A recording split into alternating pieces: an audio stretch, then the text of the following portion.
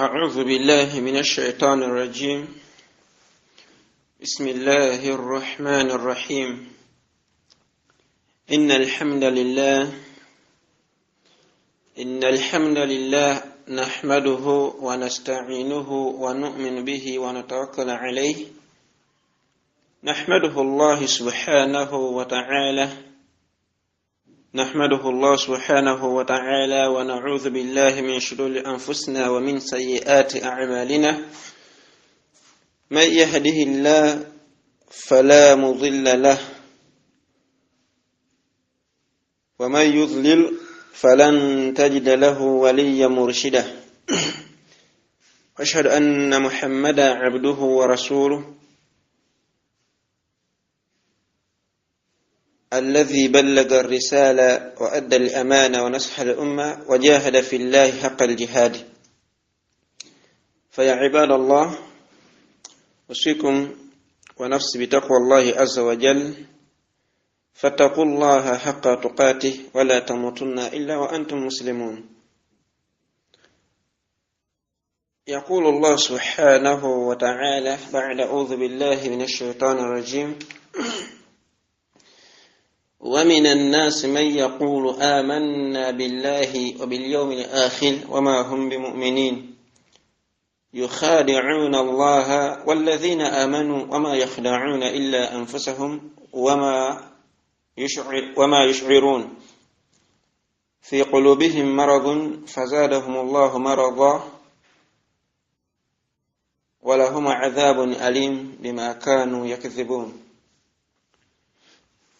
Atende bw'ekyo Allah subhanahu wa ta'ala nanyini matendo omulezi waffe ow'ekitiibwa atulabirira n'atuliisa n'abeera nga etuteeka mu nsi muno nga si lwa nsonga ndala wabula kubeera nga tumusinza ow'ekyo Allah subhanahu wa ta'ala mu butuufu bw'okumusinza, n'abeera nga tiyatulekaayo ttayo, tiyatuteeka mu nsi kulya butaala nga bulago bwa nkoko obutasibwamu muguwa, wabula yatusindikira ababaka babeere nga batulungamya n'okubeera nga batuteeka ku kkubo eryo lyasiima era lyayagala.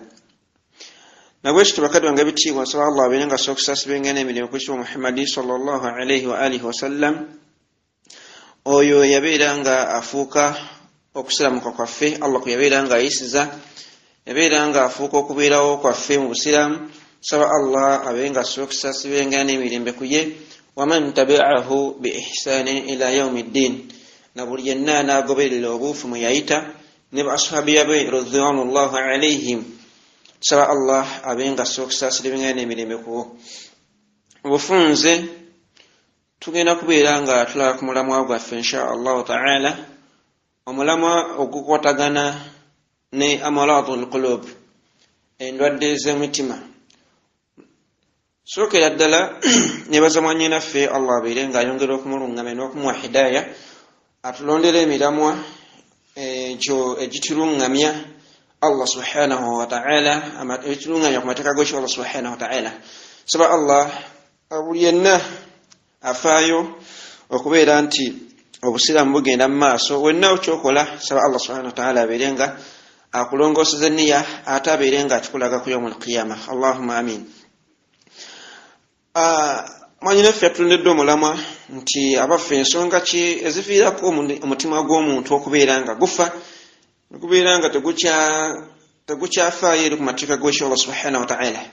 Muntu n'abeeraawo nga ali awo alinga nsolo n'awangala mu nsi nga mutuufu ali awo bukya buziba nga ye kyalinda kasita alya nakkuta la baasa fihi, ye nga talina buzibu bwonna bw'alina, nga amateeka g'ekyo Allah subhanahu wa ta'ala talina na budde bwabyo. Obufunze omulamba we gutyo bugamba na biki omuntu byayinza okukola okusaba nti Allah subhanahu wa ta'ala alamusa omutima ogwo guba gulwadde. Yani omulamba gugamba ensonga ki eziviirako omutima gw'omuntu okulwala, na biki omuntu biyandikoze okubeera nga mwana wattu bireetera omutima gw'okubeera nga gulamuka. Mu bufunze ensonga eno wallahi saba mwanyina ffe Allah ayongera okubeera nga amulungamya. Ekisooka kya byonna nti omulamwa guno oba topiki eno abasinga obungi wallahi abantu tetugifaako abantu tetukitaddeeko mwoyo ensonga y'obulwadde bw'omutima. Wallahi abaddu olwaleero babateerawo waliwo ekyuma ekyebayita scan ekikebera endwadde z'omubiri gwonna. Abantu bagenda mu byuma n'ateekayo obutitimbe n'obutitimbe bw'ensimbi okusobola okulaba omubiri gwe guyimiridde gutya, okusobola okulaba omubiri gwe status y'obulamu bwe eyimiridde etya era afaanana atya.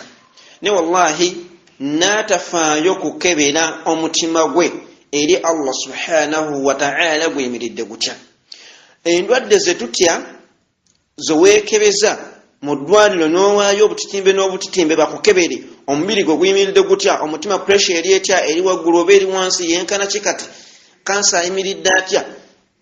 Wallahi ne tutafaayo kukebera endwadde z'omutima gwaffe eri Allah subhanahu wa ta'ala, ne twerabira nti endwadde zino zo zikoma ku nsi. Endwadde ze tuyina simanya siriimu, simanya kansa, simanya pressure, simanya biki. Wallahi ebyo byo bikoma ku nsi. Naye endwadde y'omutima wallahi ogenda nayo eri Allah subhanahu wa ta'ala. Obulwadde buno bw'otabufaako n'obugayaalirira bugenda kutandika okukukosa oluvannyuma lw'okufaako. Woonoofanga ofudde n'omutima nga mulwadde, bw'onoofanga zinaawe singa kufa naafanga afudde n'omutima nga mulwadde, wallahi yegenda okubeera entandikwa y'okubonaabonaako okufaako mpaka abadan abidin. Tebugenda kukoma, ogenda kusigala obonaabona olw'obulwadde bw'omutima. Washiba Allah subhanahu wa ta'ala atugamba mu Qur'an ey'ekitiibwa n'agamba nti yawma la yanfa'u maalun wala banuun illa man ata Allahi biqalbin salim. Olunaku olutagenda kubeera ng'emmaali egasa omuntu, emmaali lwetagenda kubeera nti emugasa muddu beera ng'olowoozaako, nga emmaali gy'okuŋŋaanya omubiri gw'ofaako okubeera nti mwana wattu ogulongoosa n'okubeera nti oguliisa ebiyonjo amakulu tegulwala, mwana wattu ogenda kubeera nga gukugasa, teri kigenda kugasa luvannyuma lwa kufaako illa man ata Allahi biqalbin salim, okujjako oyo yekka anajja mu maaso g'ekyo Allah subhanahu wa ta'ala biqalbin salim, n'omutima omulamu. Na bwekityo gwe wenna nze naawe tuteekwa okubeera nga tufaayo okulaba nti tutuuka mu maaso g'ekyo Allah subhanahu wa ta'ala nga tuyina emitima emiramu, nga tuyina emitima egyo Allah subhanahu wa ta'ala gye yali ategeeza. Allah subhanahu wa ta'ala gyayagala emitima emiramu egitali mirwadde, egitajjudde birwadde. Bwe njogera endwadde z'omutima soogera ku pressure, bwe njogera endwadde z'omutima soogera ndwadde za ku nsi. Abaffe omutima omulwadde gwe gufaanana gutya, era omuntu ategeera atya nti omutima omulwadde? Ye lwaki omuntu yandifuddeyo okulaba nti omutima guno gubeera mulamu? Ekisooka kya byonna nga tunalaba mutima mufu, mu butuufu omusiraamu wenna oba omuntu yenna ensi eno yonna okulongooka eyina kulongooka na kulongooka kwa mitima. Allahu subhanahu wa ta'ala okutulongooseza ensi mwe tuli, tuteekwa buteekwa okubeera nga mwana wattu tulongoosa emitima gyaffe. Bw'otaalongoose mutima gwo, wakiwa Allah subhanahu wa ta'ala ensi eno agenda tugibwangaaza nga mbutuufu ejjuddemu yani bizibu byereere. Omutima gw'omuntu, emitima gy'abantu bwe ginaalongooka ensi ejja kufuna emirembe. Emitima gy'abantu bwe ginaalongooka Allah subhanahu wa ta'ala agenda kuleeta baraka mu nsi. Kale na bwekityo tuteekwa okubeera nga mwana wattu tulongoosa emitima gyaffe. Wakiwa nabiyuna Muhammad sallallahu alayhi wa sallam yabeera nga atugamba hadithi ejjukwa ku An-Nu'man ibn Bashir radiyallahu anhu. Yagamba nti An-Nu'man ibn Bashir radiyallahu anhu yagamba nti inna al-halala bayyin wa inna al-harama bayyin wa baynahuma umur وبينهما الأمور مشتبهات لا يعلمهن كثير من الناس فمن اتقى الشبهات فقد استبلع لدينه وعرضه.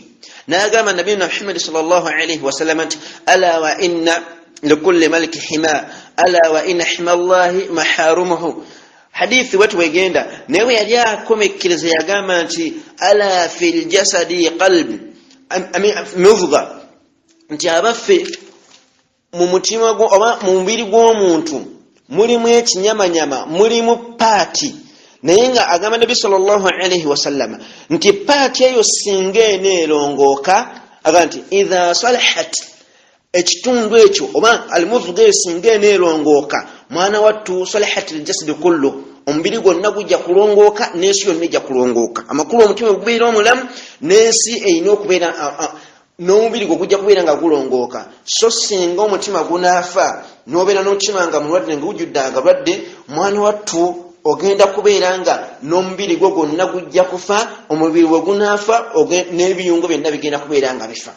Abi Hurairah radhiyallahu anhu yagamba n'agamba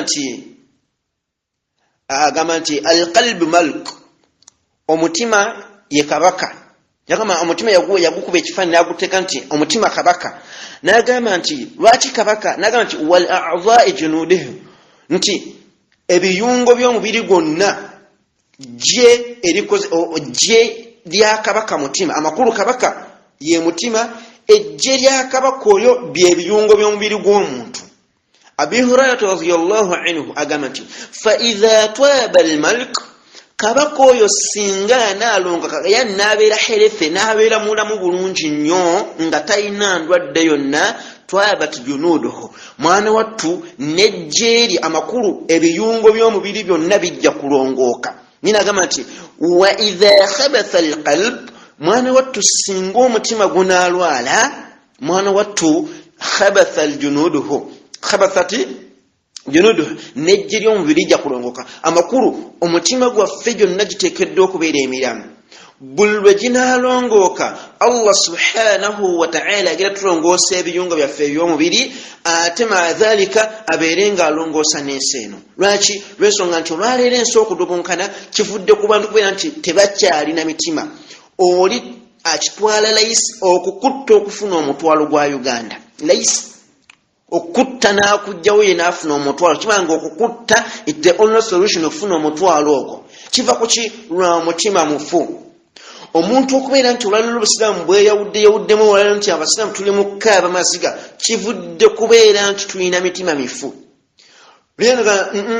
Oba bwawukana kasabeera nziga nina kyenfuna olw'okubeera nti alina omutima omufu ayagala kutuukiriza bigendero bya mutima gwe y'ensonga lwaki olwaleero ommere mu kukaaba lwa ndwadde za mitima gyaffe gye tulina. Kale na bwekityo omutima guteekwa okubeera nga mulamu y'ensonga oba okulamuka kw'omutima nsonga nkulu nnyo eri mu society, nsonga nkulu nnyo eri omuntu, nsonga nkulu nnyo eri omubiri gw'omuntu, ate era nsonga nkulu nnyo okusingira ddala ku yawm al-qiyama anajja n'omutima omulamu. Abaffe omuntu alina omutima omulamu omufu omutima omulwadde gwe gufaanana gutya? Omutima omulwadde gulina bino wammanga. Bino bw'obisanganga mu mutima gwe ng'obulina manya nti nze naawe tulina omutima mulwadde. Ekisooka annifaaq obunnanfuusi. Buli lw'obeera ng'olina obunnanfuusi mu mutima manya nti omutima gwo mulwadde. Obunnanfuusi sitala tukiyingiramu nnyo naye nga naye baabu eri awo obunnanfuusi yafaanana ati. Nabi sallallahu alaihi wasallam yamuwasafa n'agamba nti ayatul munafiqu thalatha obubonero bw'omunnanfuusi buli busatu. Idha haddatha kadhaba bw'ayogera alimba, wa idha tumina khana mwana wattu bw'aba yeesigiddwako mpanya, wa idha wa'ada akhlafa bwe yeesigibwa mwana wattu, wa idha wa'ada akhlafa bw'akola endagaano agyawukanako. Ebyo bw'oba obirina anta munafiq. Bw'oba omunnanfuusi manya omutima gwo mulwadde.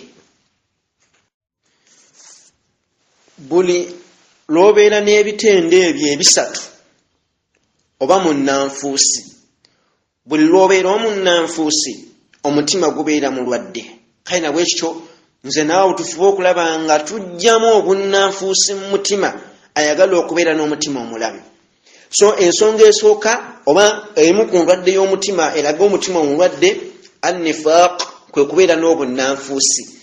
Mu hadithi endala era waliwo riwaaya endala egamba nti bw'anyiizibwa ayonoona, bw'aba anyiizi yani ng'afunye ekinyiizo, bw'afuna obusungu oba okunakuwazibwa ayonoona. Mathalan omuntu asobola okubeera nga mulina program gy'omubadde mwakola, wabula bw'afunamu obusungu ne mumunyiiza kyemubadde mwakola bw'olaba nga akyonoonye, oba ng'obadde olina omuntu gw'okolagana naye nga mulina enkola nnungi mwenna naye ne mufunamu obutakkaanya n'akwonoona mu bantu n'ayagala akwonoone, fahatha nifaaq, manya oli munnanfuusi olina ekitende ekyo. Subhanallah, Isiraamu bangi balina ekitende ekyo, tayagalira ddala kulaba nti oba mukazi bafalan oba bbawo abadde amugize oluusi baawukanye mu maka oba musajja, si bakazi bokala n'abasajja amaka, nosanga omwami omukyala amugambye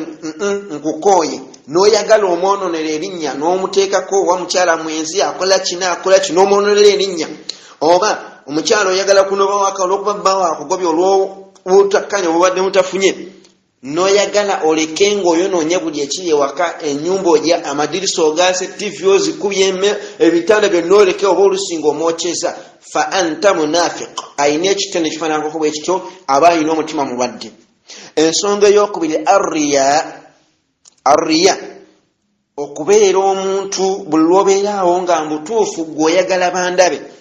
Kabandabe wallahi Nabbi sallallahu alaihi wasallama yagamba mu hadithi nti shiriki gwasinga okwekesa umma yeeno asinga shiriki omutono, nga shiriki mutono.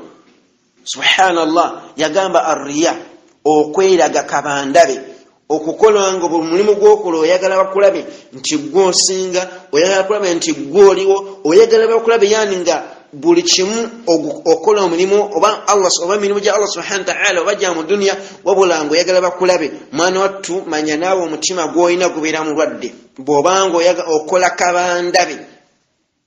Buli kyokola kankole kino mbalage nti nze nsinga, n'oyingira mu masigidi olw'okuwola by'abasiraamu abasaala abamini ba mashayikhi, n'oyagala osaala olage nga bw'otya nnyo Allah subhanahu wa ta'ala, osaala ogenda weegendereza, naye nga we batali mwana wattu tobikola, osaala opakuka.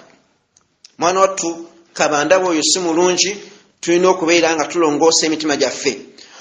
Ensonga endala erwaza emitima oba obulwadde bw'omutima omulala, maradhu shubha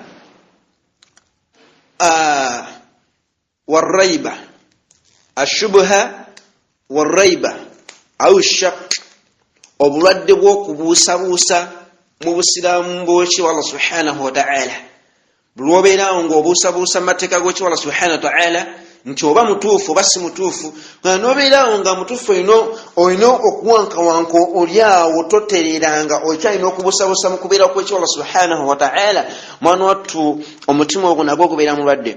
Ensonga endala omutima omulwadde gye nagwo su'u dhanni, okubeera n'endowooza enkyamu ku bantu, okubeera n'endowooza enkyamu nga gwe buli olabye omusajja wa omukazi we batudde ogamba nyambutuufu abantu abo lwaki babeera bombi buli kaseera, wateekwa okubeerawo ensonga.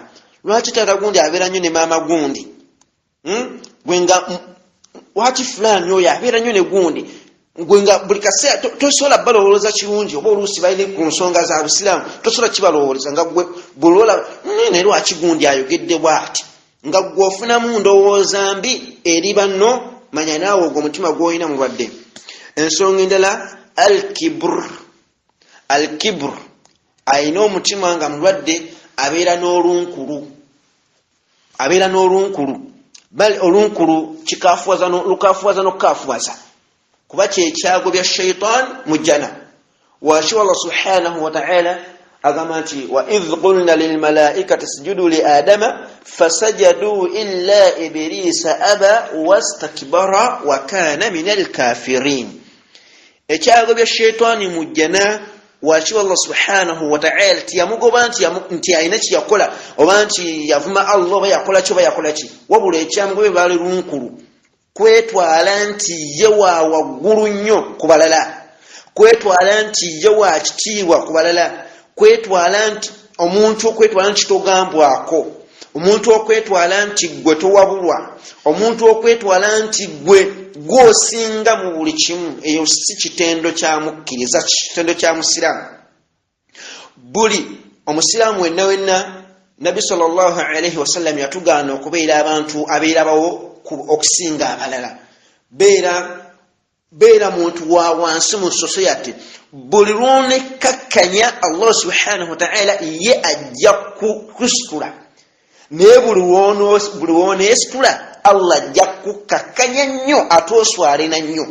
So basiramu tufeeyo nnyo ku nsonga y'olunkulu, naddala ku nsonga singa tuba tugambiddwako tuleme kubeera nga mwana wattu tubeera n'olunkulu, tubeera n'okwerabawo nti gwosinga. Ensonga eyo si ntuufu. Abasiraamu bangi tulina ekitendo ekyo, naddala kituuka ku nsonga y'okuwabulwa. Allahu akbaru kabira. Ensonga eyo si ntuufu. Musiraamu omuwabula, musiraamu bamuwabula nti musiraamu seeko okoze kino mu kifo ky'okukkakkana ate anyiigira amuwabudde. Olwo nno olunkulu kitendo kibi nnyo, kikaafuwaza n'okukaafuwaza. Naam, nvuddeyo era alina ekitendo ekyo, manya omutima gubeera mulwadde. Entera ekiraga nti omutima gw'omuntu mulwadde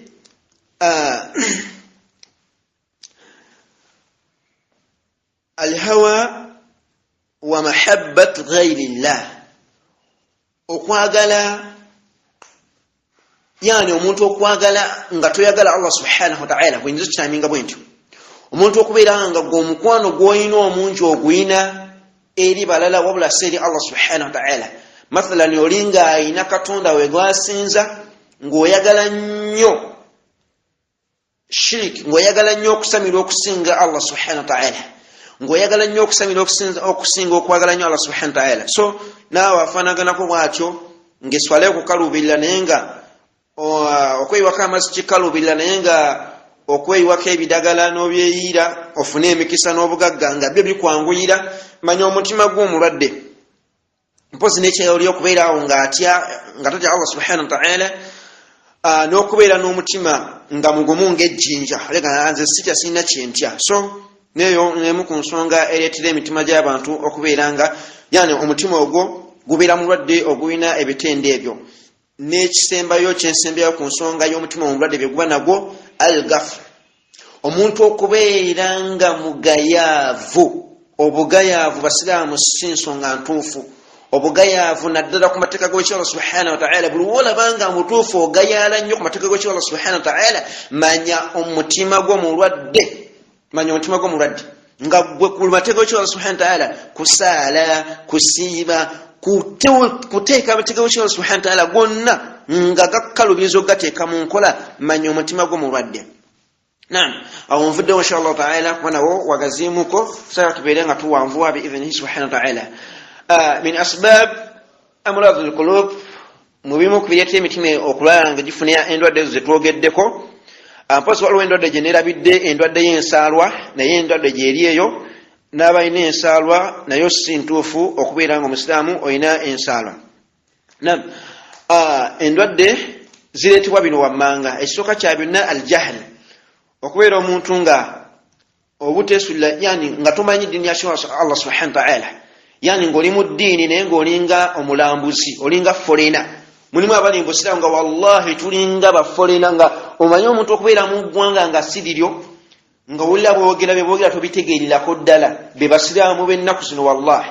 Sanga omusiraamu nga bamubikulakulana nga buno busoto oba naye obutegeeza ki, nga wallahi tasobola kusomanya de harufu emu. Ensonga esi ntuufu, era buli omanya nti Mwenye kyasinze okuyanga kyete emitima mulwadde kubeera omuntu nga tamanyi kuba olwala tojja kumanya kukyebasiza Allah biki Allah byayagala butya bwogenda okwewala Allah subhanahu wa ta'ala byatayagala olema kubeera nga omutima nga gulwala. So ensonga esukira ddala ya nsonga ya butamanya. Ensonga eyokubiri adh-dhulm, omuntu okubeera omulyazaamanya. Fadh-dhulmu yanqasimu ila arba'ati aqsam. Obulyazaamanya bulimu emiteeko esatu obuleeta omuntu okubeera nga mwana wattu omutima gufa.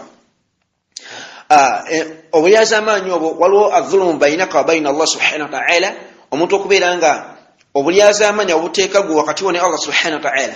Yani Allah yakutonda kumusinza kye kyakutondesa okubeera nga omusinza. Kati singa omulekawo n'osinza ataliyo oba omulyazaamanyizza kuba hakkiye okubeera nga omusinza. Kati bwogana okumusinza oba olyazaamanyizza Allah subhanahu wa ta'ala fahadha adh-dhulmu bainaka wa baina Allah subhanahu wa ta'ala. N'ogenda mushriki bulwono ogenda mushriki mwana wattu ogenda kubeera nga mwana wattu olyazamanyiza Allah subhanahu wa ta'ala. Allah subhanahu wa ta'ala agamba nti subhanallah Surat al-Jumu'ah Allah subhanahu wa ta'ala yabeera nga atugamba nti subhanallah aya agamba nti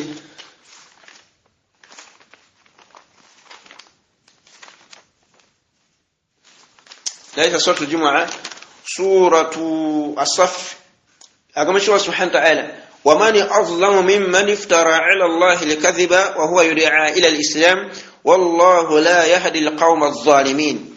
الله تصبر قلنا كبينا شاب اليازامانيا so tuberenga tuwala obulyazaamanya Allah subhanahu wa ta'ala ajja kubeeranga emitima gyaffe ajuwa okubeeranga miramu. So adh-dhulm obulyazaamanya ensonga mbi nnyo. Tugambye obulyazaamanya wakati wo ne Allah subhanahu wa ta'ala, n'obeerawo obulyazaamanya bainaka wa baina nas, obulyazaamanya wakati wo n'abantu banno nga gwe buli akuwola tosasula nga Allah subhanahu wa ta'ala. Allah tusaasire wallahi.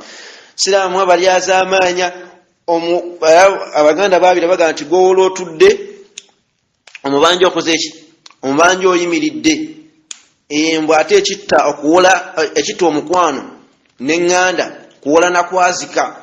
Siraamu wallahi omwana agamba nti tompanga ku ssente tokimpangako nti wallahi Allahu akbar kabira oba ozanyisa abasiraamu. Kati oyo Nabi sallallahu alaihi wasallam hadithi emu yagamba nti Allah subhanahu wa ta'ala yanimiza ku kyafayo ky'Musa yagamba nti inna Allah ta'ala nti Allah mulungi era ayagala birungi.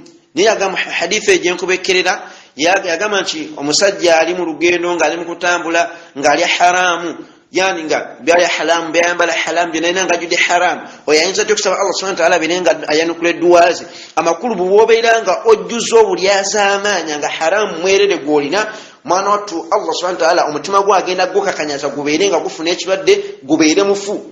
Ogenda tuka masika kya Allah subhanahu wa ta'ala ng'olimu abo Allah subhanahu wa ta'ala bagenda okubeera nga ayokya omuliro wa na'iyadhu billah. So Allah abeere nga atutaasa abeere nga atusonyiwa. Ensonga endala ereetera emitima okubeera nga mirwadde yani emitima okulwala al-kadhib okulimba. Nabi sallallahu alaihi wasallam yatugamba nti hadithi ejibwaku Ibn Mas'ud radhiyallahu anhu agamba nti inna as-sidqa yahdi ila al-birri wa inna al-birra yahdi ila al-jannah wa inna ar-rajula la yasduqu hatta yaktuba 'inda Allah siddiqa wa inna agamba Nabi sallallahu alaihi wasallam wa inna al-kadhiba satman wa tobulimba yahdi ila al-fujur. Omuntu buluwolimba obulimba bukuvuga bukutwala eri obwononefu. Hadithi kyetegezega nti inna sidqa yahdi ila albirri, mwana wattu buli omuntu wabeera ow'amazima amazima ago gamuvuga gamutwala eri bulungamu n'obeera omulungamu. So Nabi sallallahu alaihi wasallam agamba nti wa inna ar-rajula la yasduq, omuntu ayogera amazima hatta yaktuba 'inda Allahi siddiqa, okutuusa Allah subhanahu wa ta'ala lwamuwandikako nti fulani oyo w'amazima nga mutuufu.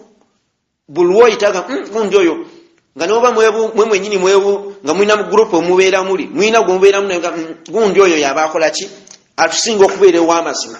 So nti omuntu asobola okubeera nga w'amazima bulwetiza okubeera w'amazima Allah subhanahu wa ta'ala akireeta n'abantu ne bakimanya n'akuwandikako nti oli w'amazima.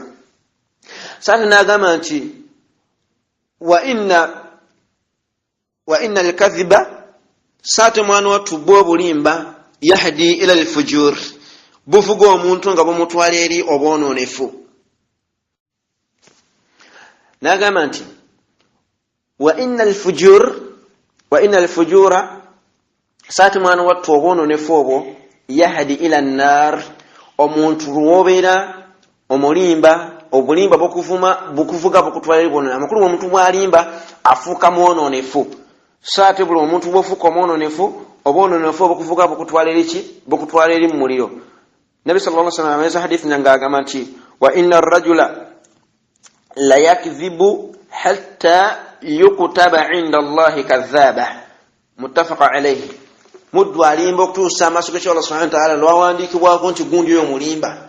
Namwe mumuyina buli omu woli mumanyi nti gundi oyo ne waaba abise tulina kusooka kubuuza ku bantu wamuntu abeera mu society wallahi nga mbutuufu abasiraamu tulimba. Allahu akbar kabira. Islamu abeera tulinga abagifuula nti obusiraamu kati empaji zakyuka nti ziri mukaaga obusiraamu nayo mpaji. Islamu watakulimbi n'alayira wallahi yafuuka wallahi. Allahu akbar kabira. So n'omuntu omulimba buli wolimba tubeerenga tweyala obulimba. So obulimba omuntu weyitiriza okulimba ennyo mwana wattu tubeeta omutima okubeera nga kolaki omutima guleeta okubeera nga gukakanyala. Ensonga endala ereeta omutima okubeera nga gufa adamu ghadhul basar yani tukiteki yani omuntu okulekayo okubeera nga okukuuma amaaso go nga gwe amaaso go omuganda kyayita okutwalira amaaso mu ngalo nga gwe buli kyosanze otunulira Allah subhanahu wa ta'ala kyeyagaana otunulira butunuulizi. Allahu akbar. Basiraamu tukakkanye ku maaso. Basiraamu nze nammwe tukakkanye ku maaso. Ate y'ensonga ekyasingidde ddala esinza okubeera nga omutima okubeera nga kikakkanyira buli omuntu w'otunulira buli lwogaana okukakkanya amaaso Allah subhanahu wa ta'ala okukwayisa omutima okubeera nga gufa. Buli lw'otunulira Allah subhanahu wa ta'ala byeyagaana haramu naddala abasajja kuseera kubeera nga gwotunulira bakazi tunulira ku bakazi wallahi kyete omutima ne gubeera nga gukakkanyala nga tegukyawula amateeka ga Allah subhanahu wa ta'ala. Omukyala okubeera nga gwakasa tunulira basajja. Allahu akbar. Twajjira amasimu olwaleero buli omu gw'omanya ebiri mu ssimu yo saba Allah abeere nga atulungamya. Ni wallahi Islamu akuwa ate n'okukwata ku ssimu ye tasobola giteekaawo erimu password owasooka file manje erimu password WhatsApp erimu password buli kyoteekamu mu password olowooza lwaki aba abiteekamu.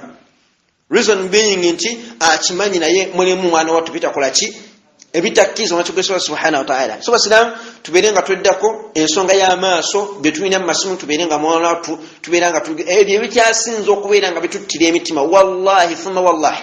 Naddala abaami buli lw'otunuulira omukyala mathalan ne waba teyeeyambudde wabula bw'otunuulira omukyala ne waba nga yeebikidde gundi jiribaabu n'omutunuulira buli lw'omutunuulira bw'oti Allah subhanahu wa ta'ala abamenyi bagamba nti bw'otunuulira omukyala n'omulemezaako amaaso kitwale nga bw'onolaba omupiira oba gw'emmotoka gwonna buli lw'otunuulira omukyala omupiira twale ng'omupiira buli lw'otunuulira omukyala nga omukyala lyeriggwa buli lw'omutunuulira bw'oti eriggwa lifumita ku gundi imaani yo buli lw'otunuulira omukyala imaani yo nga egendamu akatuli buli lw'oyitiriza omutima gufuuka okubeera nga nonotula nti omupiira we guyitira okubeera nga gulimu obutuli mwana wattu omuka guggwamu. Nabwekyo n'ogaana okubeera nga okakkanya amaaso go Allah subhanahu wa ta'ala agenda kukumalamu obukkiriza omutima gubeere nga gukakkanyala. So basiraamu tubeere nga tufuba okuba nga tukuma amaaso gaffe abakyala n'abaami tufuba okulaba nga tukuma amaaso gaffe kwebyo Allah subhanahu wa ta'ala byabeera nga atuziiza okubeera nga tutunulako.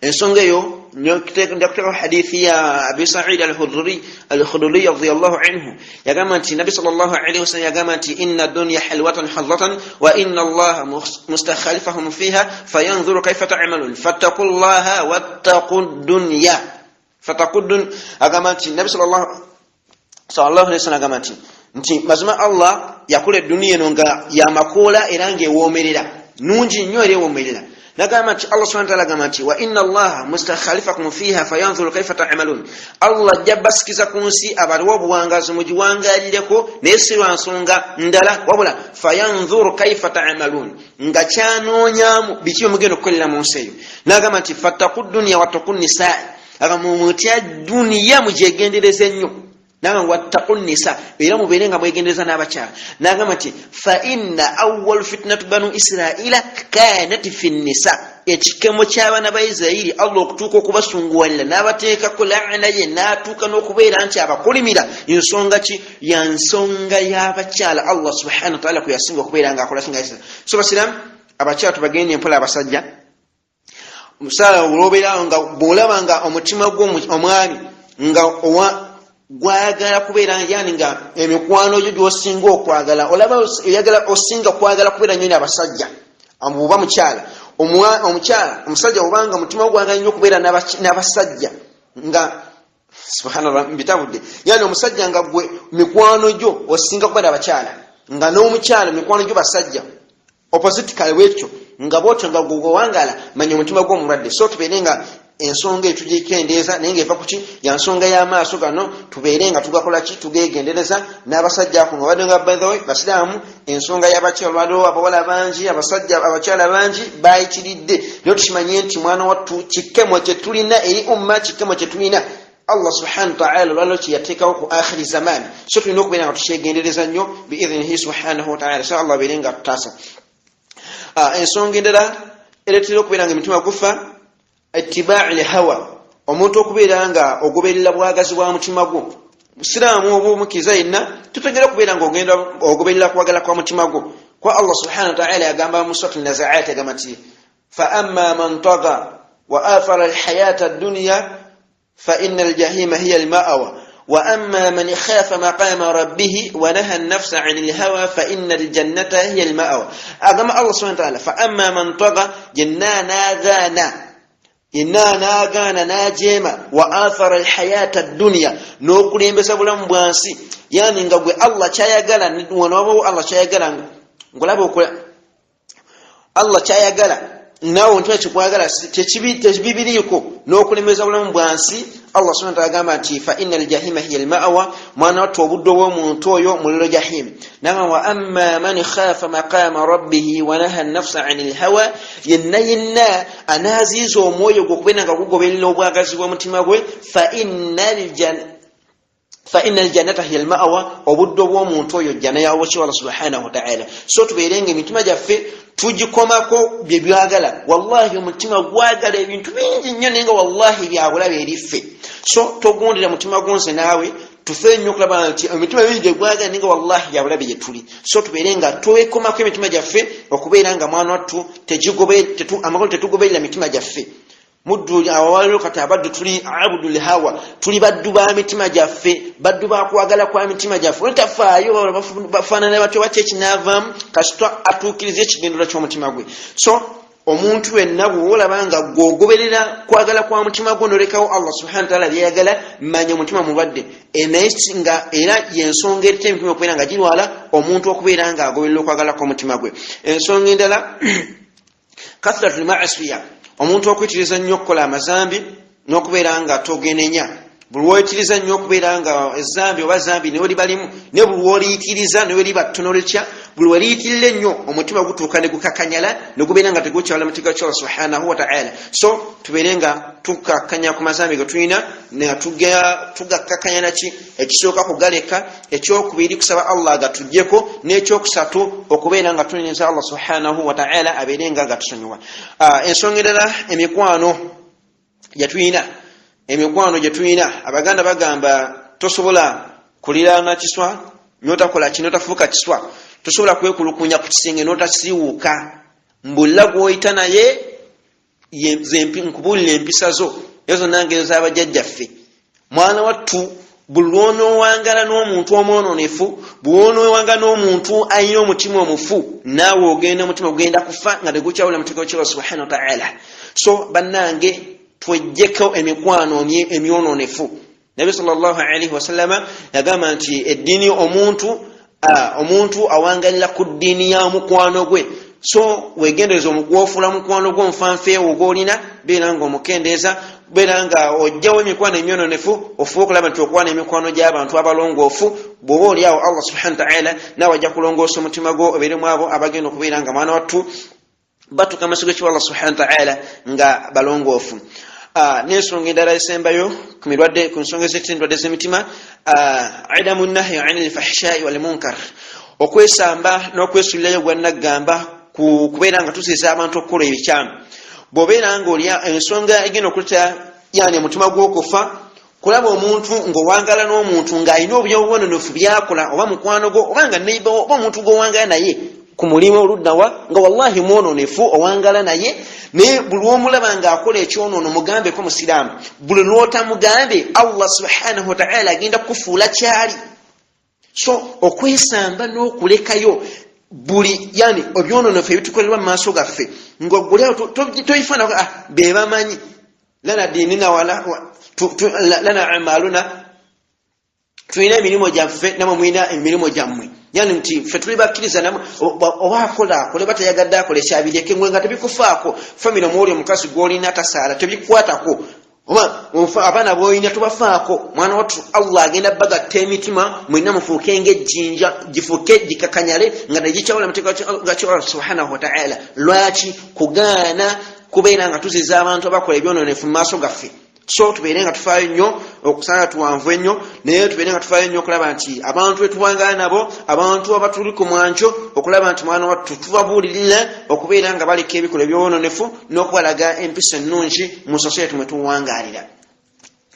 Kakati bino wammanga ly'eddagala lyo tulina okubeera nga tukola inshallah ta'ala okulaba nti tuvuunuka obuzibu bw'endwadde ezo ezoogeddeko waggulu. Ensonga ensooka mahabbatullahi subhanahu wa ta'ala واستسلامته نوكويرا nga mwana wattu tislamuka tudderi Allah subhanahu wa ta'ala, twagali Allah subhanahu wa ta'ala era tudderi jali Allah jatuwe emitima emiramu. Ensonga ey'okubiri ejjokubeera nga erongoosa emitima gyaffe dhikrullah, kuyitiriza nnyo kubeera nga tutendezo kya Allah subhanahu wa ta'ala. Atugamba nti ala bi dhikrillahi tatma'inna alqulub, abaffe temulaba nti yani okujjukira nnyo Allah subhanahu wa ta'ala, okumwogerako nnyo subhanallah alhamdulillah la ilaha illallah allahu akbar, tulabanga kitebenkeza omutima gw'omuntu. Abaffe waliwo ekisinga okutebenkeza omutima gw'omuntu okusinga okujjukira Allah subhanahu wa ta'ala. So buli w'onojjukira Allah beera ng'ojjukira nnyo Allah subhanahu wa ta'ala, si kumwogerako bwogezi wabula ne mu mutima mujjukire. Bw'oba ogenda okubeera ng'ogenda okukola ezzambi jjukira Allah subhanahu wa ta'ala. Buli w'onoomujjukira mu kaseera ng'ogenda okukola ezzambi Allah agenda kuwa hidaya biidhnihi subhanahu wa ta'ala, obeere nga mwana wattu omutima gutandika okubeera nga gugonda, gujja kubeera nga guleka ezzambi eryo olw'ensonga nti bw'onookola ezzambi eryo omutima gujja kufa. So kati bw'onootya Allah ajja kubeera akutaddeko protection okubeera nti omutima gukola ki gwesamba ebibadde bigenda okubeera nga bigukwata ebyokukakanyala. Ensonga endala tahqiqi taqwa, tutya Allah subhanahu wa ta'ala mu butuufu bw'okubeera nga tumutya. N'ensonga endala al-ilm, omuntu okubeera nga tufaayo nnyo okubeera nga tunoonya ilmu inshallah ta'ala. Ensonga eno endala egy'okubeera nga eramusa emitima gyaffe qiyamul layl, tuyitiza okubeera nga mwana wattu tuyimirirako ekiro. Basiraamu tuyimirire ekiro, tuyimirire tusaaleko ekiro. Mwana wattu Nabi sallallahu alaihi wasallam yagamba nti qiyamul layl, mwana wattu okuyimirira kw'ekiro Allah subhanahu wa ta'ala yakulalika ku buli yenna ba ahlul Qur'an, bananyini Qur'an. Hadith eyo erimu amakulu omuntu okubeera nga yasoma Qur'an ng'agina mutwe, n'okubeera nga ahlul Qur'an buli yenna ayagala Qur'an nanyiniyo. Kati oba y'abaani awo simanyi, kitegeeza yaffe ffenna abasiraamu ffenna tulina okubeera nga tufaayo nnyo okubeera buli onoosaala ekiro Allah subhanahu wa ta'ala bw'onootiriza salatu layli eyo Allah n'amala agikuwa. Mwana wattu ojja kulaba ng'embeera zo ziteerera zonna mu mbeera z'okusinza Allah subhanahu wa ta'ala. So gigezeeko teweebaka waakiri salatu layli eno kanjiwanvuyemuko. Salatu layli yo n'obeera nga yana olumala isha isale wakiri akabiri sayira akemu weebake nga wakumala isha isale akabiri weebake. Jokala Allah subhanahu wa ta'ala bw'onookiyitiriza dawaman n'okiyitiriza Allah ajja kubeera ng'akyusa embeera zo, omutima gubeere nga gulamuka. Ensonga endala kathratu du'aa'i fi thuluthi al-akhir min al-layl, okutiriza okusaba Allah subhanahu wa ta'ala mu kiro ekisembayo. Then n'ekirala husn mutaba'a, n'okugobera Nabi sallallahu alaihi wasallam mutuufu okumugoberera. Twewale bid'aat Allah subhanahu wa ta'ala ajja kubeera nga tumitima emiramu. N'ensonga endala al-ikhlas, okubeera nga mwana wattu tusinza Allah subhanahu wa ta'ala kululwe n'okwagala kululwe n'okukola buli kimu kululwe buli kyonna tukole kulwa Allah subhanahu wa ta'ala. وبارك الله فيكم وجزاكم الله خيرا. سبحانك اللهم بحمدك أشهد أن لا إله إلا أنت نستغفرك ونتوب إليك. السلام عليكم ورحمة الله وبركاته.